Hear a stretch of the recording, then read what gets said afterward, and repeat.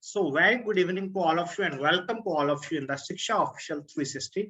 And today we will discuss the topic NRI account. Clear? Today we will discuss the topic NRI account. Very important topic for exam point of view. We will expect at least 2 to 3 questions from this topic. Clear? At least 2 to 3 questions from this topic. So first of all, NRI stands for non-resident Indians. Clear? NRI stands for non-resident Indians. So non-resident Indians basically means Indians that are living abroad. Clear? Indians that are living abroad, that are basically considered under the category of NRI. Clear? So in this we will also to discuss. Clear? In this session we will also to discuss who are PIOs. PIOs basically person of Indian origin. Clear? Person of Indian origin. Clear? PIO basically stands for person of Indian origin. Okay. So now move. First of all, why we need NRI banking. Clear? First of all, we have to discuss why we need NRI banking, and after that we have to go to the what are different types of NRI accounts. Clear? What are the different types of NRI accounts? Clear? So we will discuss one by one each all of these. So now move to the first point. First of all, we will have to discuss why we need NRI banking. Clear? First of all, we have to discuss why we need NRI banking. So let's start.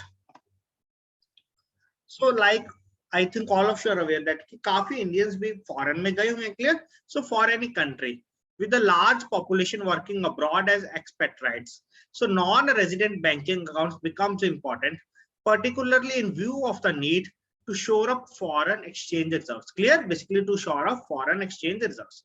So as such, specific rules for opening of accounts and maintenance of non-resident Indians. Clear? As such, specific rules for opening of accounts and maintenance of non-resident Indians, its operations, repairability, interest payments, investments, and other facilities have been framed by the Reserve Bank of India and the Government of India under FEMA. Clear? Rest all guidelines regarding the opening of account, its operation, interest payments, investments, and all other facilities are to be framed, have been already framed. Clear? By the Reserve Bank of India and the Government of India under the FEMA. Clear? Earlier it is FARA, but in the year 1999, FARA was repealed and FEMA was enacted in the place of FARA. Clear? And FEMA was enacted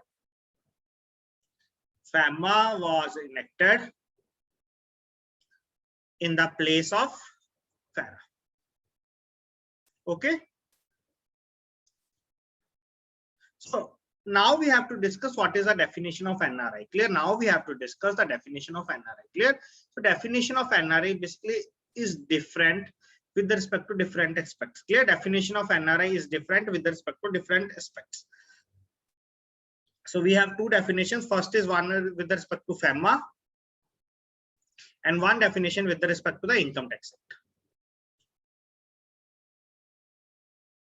1961. Clear? So first of all, we have to discuss the definition as per Income Tax Act 1961. Clear? First of all, we have to discuss the definition as per Income Tax Act 1961. Clear? So as per the Income Tax Act, so a person who stay in India for more than 182 days in previous financial year, it is called resident. Clear? So any person who stays in India for more than 182 days. Clear? If any person stays in India for more than 182 days in the previous financial year. Clear? This is also necessary. We have to mention that in the previous financial year, then that resident is called that person is called the resident of India. Clear? So a person basically already lived in the foreign but come to India. So a person who stay in India for 0 to 182 days. Clear? Any person who stays in India from 0 to 182 days, that is to be considered under the category of NRI. Clear? That person is to be considered under the category of NRI. Clear? And the person who stays more than 182 days in the India, that is called as the in the previous financial year, that is called as the resident of India. Okay, that person is called the resident of India. And if any person stays in India 182, then that is also considered to be as NRI. Clear? If that is more than 182, that is 183, then it is to be resident. And if it is to be 181, then it is to be NRI. Clear? Then in that case, it is to be NRI. Clear? So it depends upon case to case. Clear? It depends upon case to case regarding this. Who is the NRI and who is the resident of India? Clear? It depends upon case to case.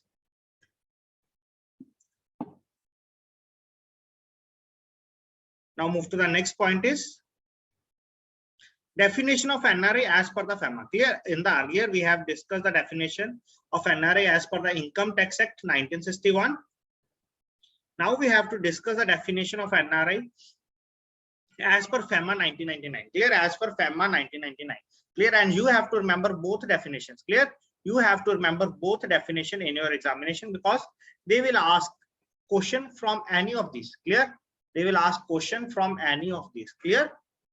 And from tomorrow we will also discuss some questions. Clear? So first is, so a person resident outside India. Clear? First of all, who is NRI as per the FEMA? So a person who, as the FEMA 1999, is a non-resident Indian. NRI is a person resident outside India. Clear? A person resident outside India and who is a citizen of India. Clear? Person that is residing outside India, but that person is a citizen of India. That is Indian citizens. Clear? That person, it means Indian citizens basically that are going abroad. Clear? That are going abroad for employment or for carrying on any business or vocation or for any other purpose. Clear? And that period of staying in that foreign country is indefinite. Clear? Indicating indefinite period of stay outside India. Clear? कोई भी person हो सकता है जहां वो नौकरी के लिए या किसी बिजनेस पर्पस के लिए, vocation basically means for specific training and for other purposes, वो जो इंडिया से बाहर गया हुआ है. Clear? And their time period of stay in that country or in abroad is not finite. Clear? Their time period of stay in that country is not finite. So that is basically considered as the NRI as per the FEMA 1999. And there are also some other definitions of FEMA. Second one is Indian citizens. Clear? Indian citizens working abroad. Clear? Indian citizens working abroad on assignments. Clear? On assignments with whom? On assignments with the foreign governments, government agencies of international or multinational agencies like UNO, IMF, World Bank, etc. Clear? So all persons who are basically working abroad on either with the foreign governments or with the some international or multinational agencies. Clear? That are also considered under the category of NRI. Clear? That are also considered under the category of NRI. So one question arises, there are also many students going abroad. Clear? Students are also going abroad for study purpose. Clear? Students are also going abroad for study purpose.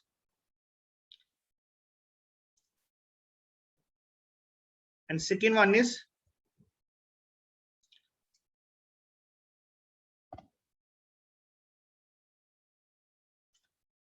second point is tourists are also going abroad.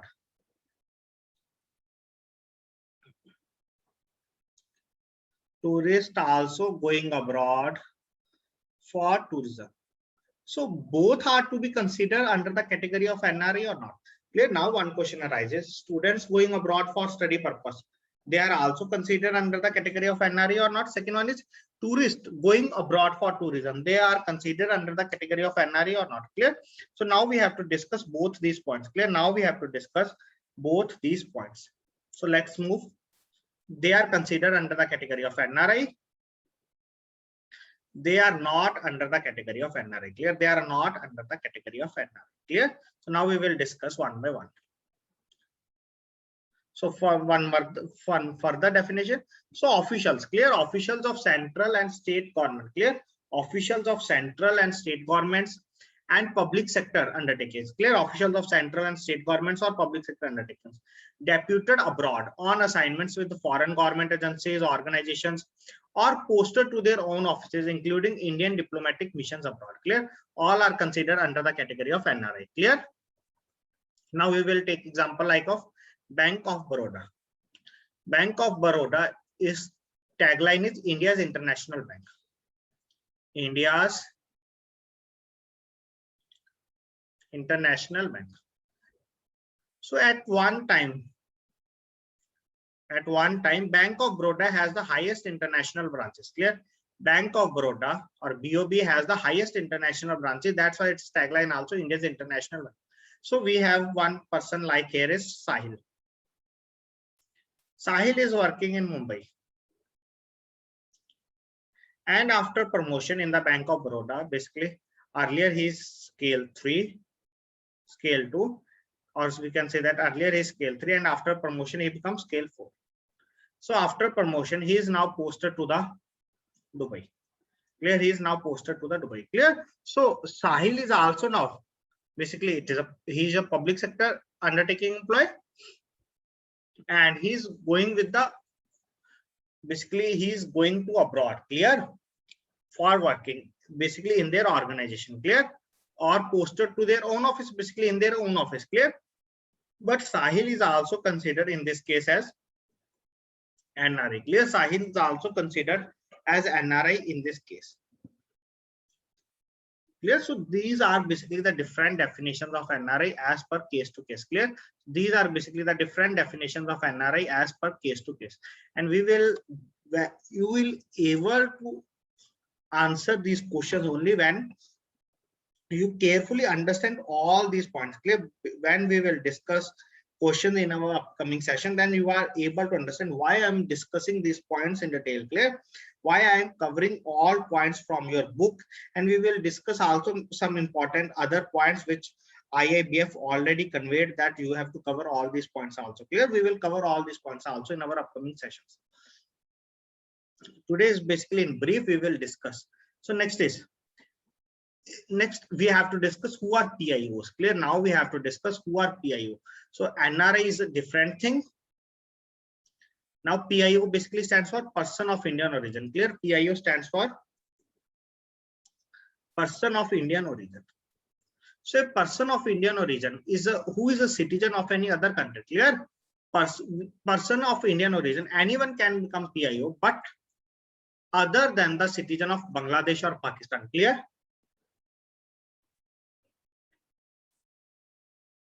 Other than the citizen of Bangladesh or Pakistan or such other country. Clear? That it may include also any other country. Clear? If it is maybe specified by the central government. Clear? Clear? Other than the citizen of Bangladesh or Pakistan or any other country, as may be specified by the central government satisfying the following condition. Clear? Then who can become? First is who was a citizen of India. Clear? Who was a citizen of India by virtue of the constitution. Clear? Who was a citizen of India by virtue of the constitution of. Clear? Who was a citizen of India by virtue of the Constitution of India or the Citizenship Act 1955. Second one is who belonged to a territory. Clear? Who belonged to a territory that became part of India after the 15th of August 1947. Clear? That person also become considered as a person of Indian origin. That person belonged to a territory that became part of the India after 15th of August 1947. Clear? Next is very, very important third and fourth point. Clear? Who is a child or grandchild or a great grandchild. Clear? Who is a child or grandchild or a great grandchild of a citizen of India or a person referred as in clause A or clause B. I think all of you are aware regarding the Sunita Williams, famous astronaut.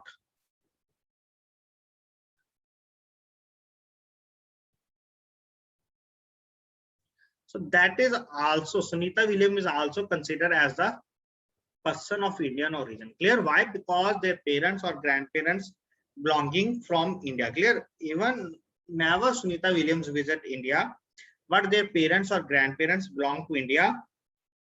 So that's why Sunita Williams is also considered as the person of Indian origin. Clear? Person of Indian origin.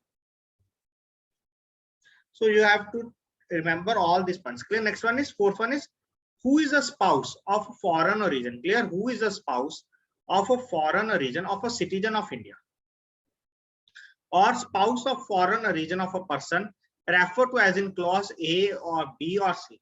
So PIO will include an overseas citizen of India cardholder that is within the meaning of Section 7 of the Indian Citizenship Act 1955. Clear? Now we have to understand what is the meaning of fourth point. Clear? What is the meaning of a fourth point? So like here is Sahil. Sahil is Indian citizen and living in US. So Sahil got married with Shreya. Yes, Sahil got married with Shreya. Shreya, who is a citizen of US. Now after marriage, basically for investment purposes and for other purposes also, Shreya is considered under the category of person of Indian origin. Clear? Shreya is considered under the category of person of Indian origin on the basis of the marriage with Sahil. Clear? Because Sahil belongs to India. Clear? Because Sahil belongs to India. So only on the basis of that, Shreya is considered under the category of person of Indian origin. Clear? So only on the basis of that, Shreya is considered under the category of person of Indian origin. Now move to the next point is then who is NRI? Clear? In general, we will discuss here like some points which we have not earlier. So first of all, we have to remember that the period of stay abroad is indefinite. Clear? Period of stay abroad is indefinite. Clear? We will also differentiate on the basis of passport also. Clear? So a person is of Indian origin. Clear? A person is considered to be an Indian origin if he has held an Indian passport. Clear? If he has held an Indian passport, or he or she or any of his or her parents or grandparents was a citizen of India. Clear?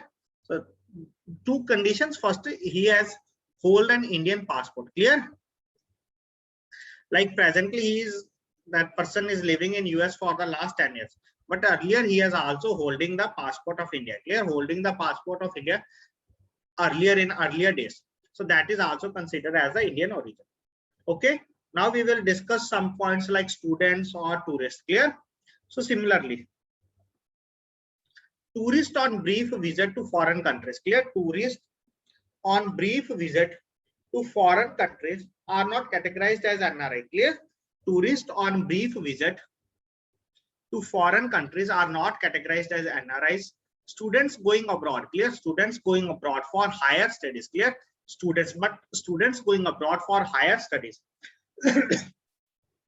are considered as NRI specifically as per the RBI guidelines. Clear? Students going abroad for higher studies are considered as NRIs. Clear? Even though their visit abroad is not for indefinite period or not for business or vacation. Clear? Basically, students visit or students going abroad is considered as the NRI. Clear? But not tourists. Clear? But not tourists are considered NRIs. But students going abroad for study are considered as to NRIs. Clear? So you have to remember both these points. Clear? You have to remember both these points here. Now move to the next is. So we have already discussed. So a spouse who is a foreign citizen of an Indian citizen. Clear? Spouse is a foreign citizen who is a foreign of an Indian citizen, and spouse of that person, that is Indian citizen, or a person of Indian origin. Clear? Or a person of Indian origin is also to be treated as a person of Indian origin. Basically, for what purposes they are also treated as a person of Indian origin? Basically, for the purpose of opening of bank accounts. Clear? For the purpose of opening of bank accounts and other facilities. Clear? Opening of bank accounts and other facilities granted for investment into India, provided such accounts or investments are in the joint names of spouses. Clear? Provided such accounts or investments are in the joint name of spouses. Clear? Are in the joint names of spouses. Clear? Like which we have to discuss in our upcoming session, like NRE, NRO, FCNRB, and SNRR. All accounts have the facility of joint names.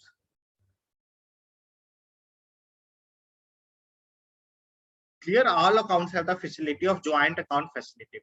And one important thing you have to remember, all their operation, if their account are jointly operated, their operation is former or survivor. Clear? In all accounts, their operation is former or survivor. As in India, basically, if the account is joint, basically what is the main operation is either or survivor. Clear? In India, the main operation is either or survivor, but for all these foreign accounts. Clear? But for all these foreign accounts, the operation is mainly farmer or survivor. Clear, the operation is mainly farmer or survivor. Now next point is overseas corporate bodies. Clear, OCBs. OCBs. Overseas corporate bodies. Clear. So what are overseas corporate bodies? Clear. So overseas firms, trusts or companies. Clear. Overseas firms, trusts or companies predominantly owned by NRIs. Clear. Predominantly owned by NRIs. So what is the meaning of predominantly owned? Basically means 60% or at least 60% share by the NRIs. Clear. So overseas firms, trust or companies predominantly owned by the non-resident Indians are called overseas corporate bodies. Clear? Are basically called overseas corporate bodies. So the level of ownership of NRIs in such bodies would be minimum 60% by one or more NRI owners. Clear? So the level of ownership of NRIs in such bodies would be a minimum 60%. Clear? Would be a minimum 60% by one or more NRI owners. Okay, so that is basically OCBs. And in the year 2019, what they will ask question from here? So basically they will ask directly one question, that is, how much is the minimum ownership of NRI in overseas corporate bodies? Clear? How much is the minimum ownership of NRIs in the OCBs? Clear? So our correct answer is 60%. Clear? Our correct answer is 60%. So now we have to discuss very important point. So what are the different types of accounts? Clear? What are the different types of accounts which NRI have to maintain? Clear? So NRIs have been provided with various schemes. Clear? NRIs have been provided with various schemes to open bank accounts and invest in India. Clear? NRIs have been provided, clear, with various schemes to open bank accounts and invest in India. So the types of account facilities available with at present are. So basically there are 4 types of accounts available for the NRIs. So what are these accounts? First is NRE account, second one is NRO account, third one is FCNRB account, and fourth one is SNRR account. Clear? SNRR account. So first one is non-resident external rupee account, second one is non-resident ordinary rupee account, third and fourth. Clear? First 2 accounts we have to maintain in the Indian currency. Clear?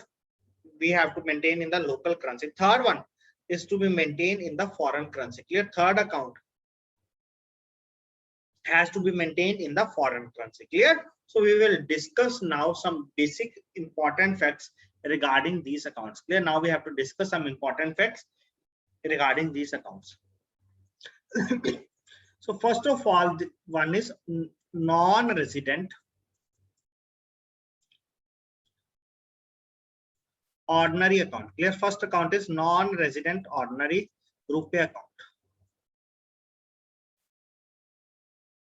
Clear? And RO, non-resident ordinary rupee account, and second one is non-resident external rupee account. Clear? Second one is NRE.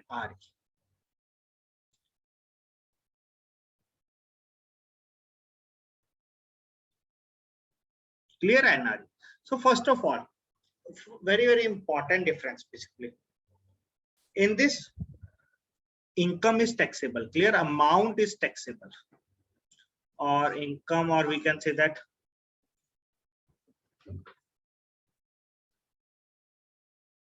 taxable. In this, no tax. There is no tax on that. Okay. There is also some limitation. Clear? There is also one limit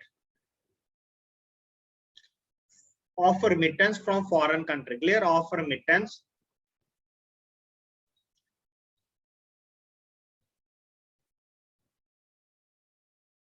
from foreign country, and as such there is no such limit. Clear? There is no such limit. Like in this, we can transfer maximum $1 million. Clear?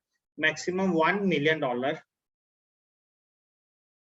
We can transfer maximum $1 million from foreign to India. Clear? But as such, if you have opened an RE account, then you have not faced such type of limit issue. Clear? Then you are not able to face such a type of limit issue. Clear? And very important is there is no taxable on that. Clear? There is no taxable on that. Okay, so that's why these accounts have different features. Clear? So that's why these accounts has some different features. Now we will discuss in detail all these accounts in our tomorrow session. Here we will discuss in brief. Now we have to discuss third one is FCNR. Clear? But you have to remember both these accounts have to maintain in the Indian currency. Clear? Both these accounts have to maintain in the Indian currency. Third one is FCNR crown. Clear? That account like NRO and NRE account are both open for the saving purpose, for the current account purpose, and for term deposit and fixed deposit. Clear? So an RO and NRE account are open for both saving, current, and for fixed deposit or term deposit. But FCNR account, clear? FCNR account is basically open for the term deposit facility. Clear? Opened only for the term deposit facility. So why this account is only for the term deposit facility? Like we will take one example like Sahil. Do a fixed deposit of $3,000 in this account. Clear? So now the price of dollar is rupees 60. So this becomes 18,000. Okay, sorry, 1,80,000. Clear? 1,80,000. Clear? So now Sahil make one fixed deposit of 1,80,000 here, and after 1 year they have to earn interest. We can say that 12,000 interest. So after 1 year, what amount he will get? Rupees 2 lakh. But now what will happen after 1 year? $3,000, and now the price of dollar will become 50 rupees per dollar. Clear? Now how much the amount will become? 1,50,000. Clear? Now the amount directly goes to 1,50,000. Basically Sahil will now face here exchange risk. Clear? Sahil now face here exchange risk. Clear? So to protect from these types of risks, FCNR account will be maintained. Clear? To protect from these types of risks, FCNR account to be maintained. Clear? So that's why FCNR account will play an important role here. Clear? And one thing you have to remember here, FCNR account is mainly only for the term deposit facility. Clear? Only for the term deposit facility, and this account you have to maintain in the foreign currency. So this account also helps you to protect from the exchange risk. Clear? This account also helps you to protect from the exchange risk. Clear? So in our today's session we will discuss in brief regarding why we need NRI banking. Clear? First of all, we will discuss in the starting why we need